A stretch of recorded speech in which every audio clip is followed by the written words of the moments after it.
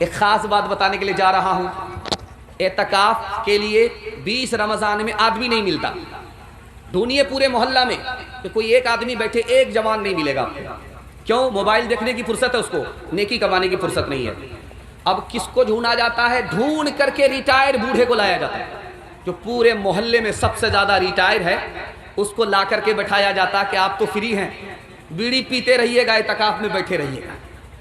اب ان کو لایا جاتا ہے. جو بوڑھا اپنا بوجھ نہیں اٹھا پاتا اس کو کرائے میں لڑ کے بٹھایا گیا ہے پورے محلے کا بوجھ اٹھانے کے لیے. مسلمانوں نے اعتکاف کا تماشا کر دیا. اور ہماری تراویح کتنے دن میں ختم ہو جاتی ہے؟ 10 دن میں. تراویح کتنے دن میں ختم ہو رہی ہے؟ 15 دن میں. اللہ کا بندہ، یہ تراویح ختم نہیں ہو رہی ہے، قرآن ختم ہو رہا.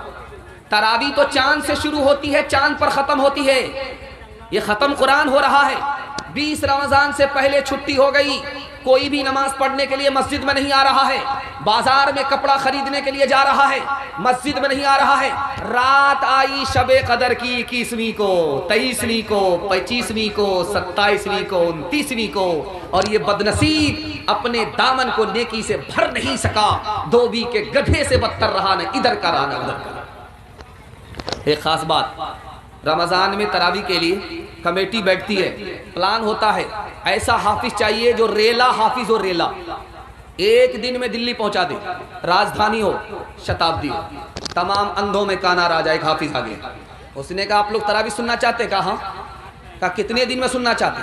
کہا آپ کتنے دن میں سنا سکتے؟ کہا ایک دن میں آپ ہمارے پیچھے آنکھ بند کیجئے، ہم آپ کو سیدھا دلی پہنچا دیں.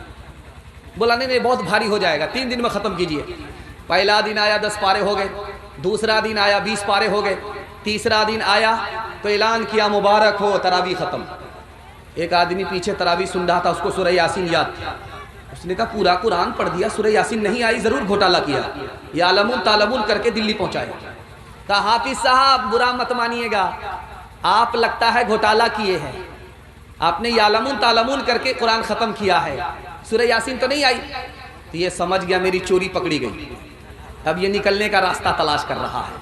یہ کہتا آپ نے بالکل صحیح کہا، میں نے جان بوجھ کر کے چھوڑ دیا تھا. سورہ یاسین زندہ پر نہیں پڑھی جاتی ہے، مردہ پر پڑھی جاتی ہے. اگر میں کھڑے کھڑے پڑھ دیتا، آپ لوگ کھڑے کھڑے ہوتے تو سب لوگ گھلٹ جاتے، سب کا جنازہ اٹھ جاتا، اس لیے چھوڑ دیا تھا.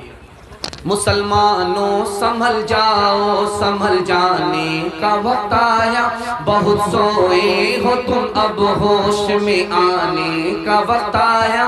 بہت سوئے ہو تم، اب ہوش میں آنے کا وقت آیا.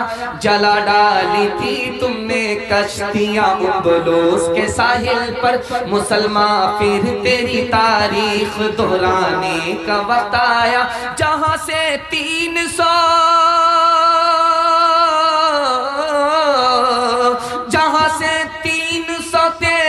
چلے تھے تم مسلمانوں، انہی ماضی کی راہوں پر، انہی ماضی کی راہوں پر پلٹ جانے کا وقت آیا. انہی ماضی کی راہوں پر پلٹ جانے کا وقت آیا.